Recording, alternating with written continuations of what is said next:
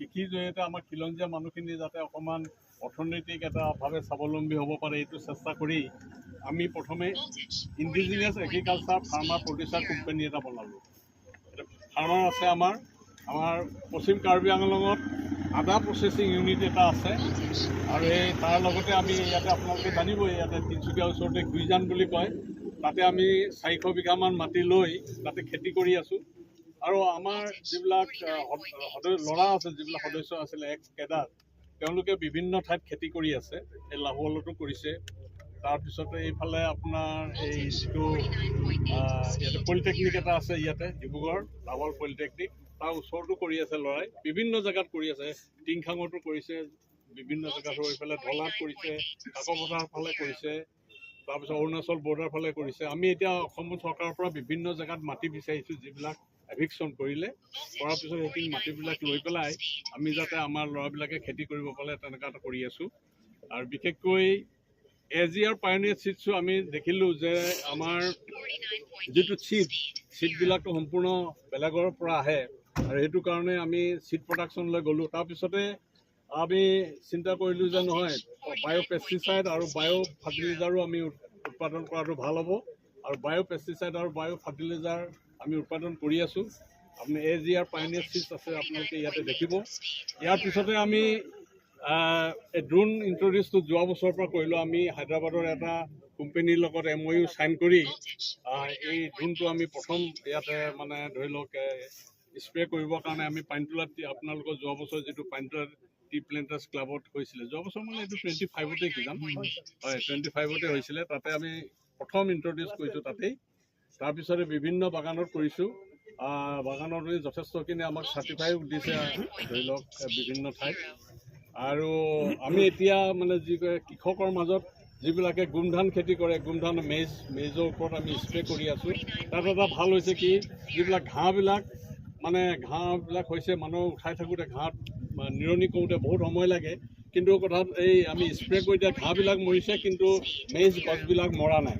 এইটো এটা খুব ভাল হৈছে। তাত মানে এতিয়া ধৰি লওক বিশেষকৈ নামনি অসমত আমাৰ এই ড্ৰোনৰ খুব এটা ছাৰ্ভিচটো খুব ভাল হৈছে আৰু আমি আশা কৰিছোঁ আপোনালোকৰ পৰা আমি সহযোগিতা পাম আৰু সহযোগিতা পালে অন্ততঃ আমাৰ অসমৰ অৰ্থনৈতিক বুনিয়াদ আমি গঢ়ি তুলিব পাৰোঁ। আৰু আমি এটা পৰিকল্পনা কৰিছোঁ যে এই ড্ৰোনৰ যিটো ইণ্ডাষ্ট্ৰি এটা আমি ইয়াতে কৰিম। আপোনাৰ মোৰ গাঁওখন ইয়াৰ পৰা বেছি দূৰ নহয়, আপোনালোকে এইফালে তিনিচুকীয়ালৈ যাওঁতে হাইৱে কাষতে 4 লেনৰ কাষতে মোৰ গাঁওখন, 4 লেনৰ কাষতে মানে মাটি অকণমান লৈ পেলাই আমাৰ গাঁৱতেই আমি ড্ৰোনৰ এটা ফেক্টৰী এটা কৰিম।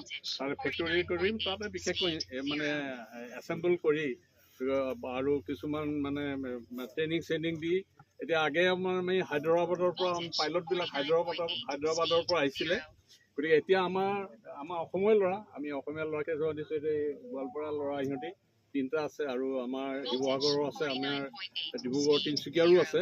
আমি এটা গ্ৰুপ এটা ইতিমধ্যে ট্ৰেইনিং কৰিছোঁ, কৰি পেলাই অন্ততঃ আমাৰ ল'ৰাই যাতে পাইলট কৰিব পাৰে। কাৰণ আমি IIT গুৱাহাটীত ট্ৰেইনিং দিছিলে, আমি গৈছিলোঁ তালৈ, তাতে মুখতে কয়, কিন্তু তাত কিন্তু আমি বিচাৰি নাপালোঁ পাইলট।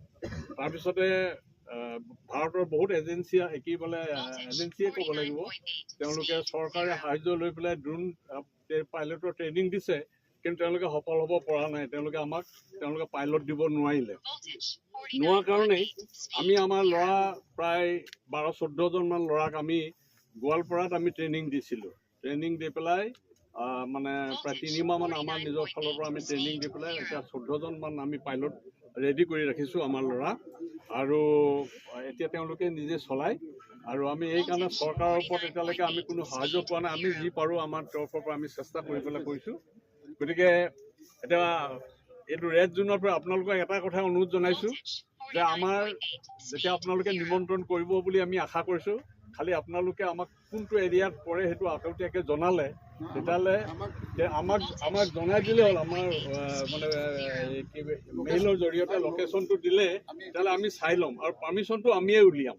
গতিকে আপোনালোকে একো কৰিব নালাগে, আমিয়ে উলিয়াম, সেই ব্যৱস্থাটো আমি কৰিম।